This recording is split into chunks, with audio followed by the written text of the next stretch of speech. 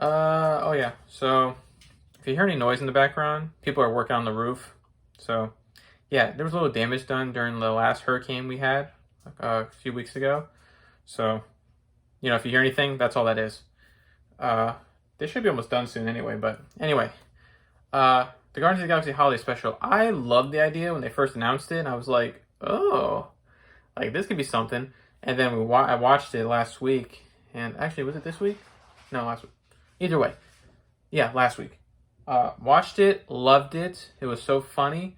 It starts out with like an animated sequence with young Star-Lord and Kraglin and Yondu, and Star-Lord's trying to introduce Christmas to them, and Yondu's not happy. He doesn't like receiving presents. Like, no, us Ravengers, we don't accept, we take, and all that, and takes the tree and then throws it. It's a little tree, by the way, and Kraglin basically finishes, and then we're in the present. Kraglin's like telling the Guardians about the story. And he's like, and that's how Yondu ruined Christmas forever.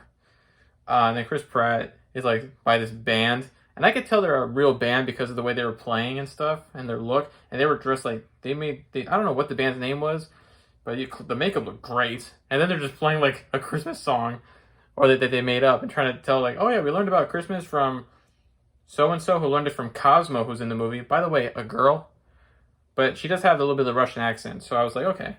And I mean, he was a guy in the cartoon, but I mean, as a girl, I was like, why? But then it's like the dog looks so real and so cute, so it's like I don't care. But they played this song, and the whole time they're getting the whole concept of Christmas wrong. Like at one point they say, Mrs. Claus works the poles, and it's like, and then you see like Groot dancing, and he's all buff Groot and all that. He's just dancing, and to the song. Then it finishes, and then basically Mantis tells crap. What was his character's name? I forgot. I know these characters' names.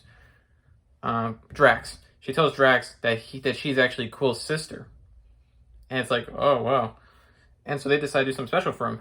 And so she's like, let's give him a special Christmas present. And what does Drax say? Let's get him someone for Christmas. And who's that? Kevin Bacon.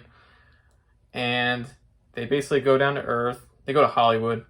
They go to the Grauman's Chinese Theater. They're seeing all these people in costumes. They think they're one person, but they're not really. But they get all this money because everyone thinks that they're these people dressed like the characters, but they don't realize they're the real people. And so they get all this money. Then they go to this club where, what's the guy's name? The guy who's in the last Suicide Squad, the guy who's in Pitch Perfect 2, the German guy, Flula, I think is his name. He made a quick appearance in the bar, which was funny. And then they go to Kevin Bacon's house after finally figuring out like, oh, this is where he lives. And basically, they do the funny thing where they're just freaking him out. They kidnap him. They take him on the ship, and they originally think that he's his legendary hero, but he's not. He's an actor, and so she messes with she uses her powers to make him think like, oh, be the opposite of who you are. They decorate the place in Nowhere where we see Quill and everyone, and it's so beautiful. And then they show him his present. He's like, this is human trafficking. I'm just paraphrasing all the scenes because I don't want to get through this. And then Kevin Bacon learns from Kraglin that, oh yeah, he literally danced. He looks up to you. He danced literally to the feet of bad guy, which was in the first movie. And Kevin Bacon stays and plays with the band. And then everyone's getting presents. Rocket got Bucky's arm from Karen Gillan's character, Nebula. And then yeah, I mean, we learned that Yondu actually opened his present, saw what it was. And Star-Lord got his present. It was the two blasters, and that Christmas wasn't completely ruined in the end. And Star-Lord told that to a Mantis, who then tells him that she's his sister, and he says, that's the greatest Christmas present ever. And they hug and embrace. And then there's like a quick like little post-credit scene of that Rocket and crap. Wow, I forgot the dog's name already. My brain sucks. But basically they dress up Groot because he's a tree, right? He just drops the decorations off him. And then Rocket looks at the camera and says, guess we'll have to have another special. And then it ends right there.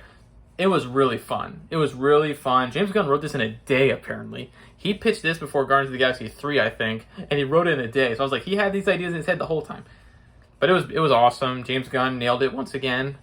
Can't wait to see what you're going to do with DC with Peter Safran and you guys running DC films. But it was beautiful. It was fun. And felt Christmassy. So thank you all for watching. Let me know if you saw the Christmas special, what you thought of it. And again, sorry about if you hear any of the noise from the roof. But anyway, that can do it for me. And see you next review, everyone.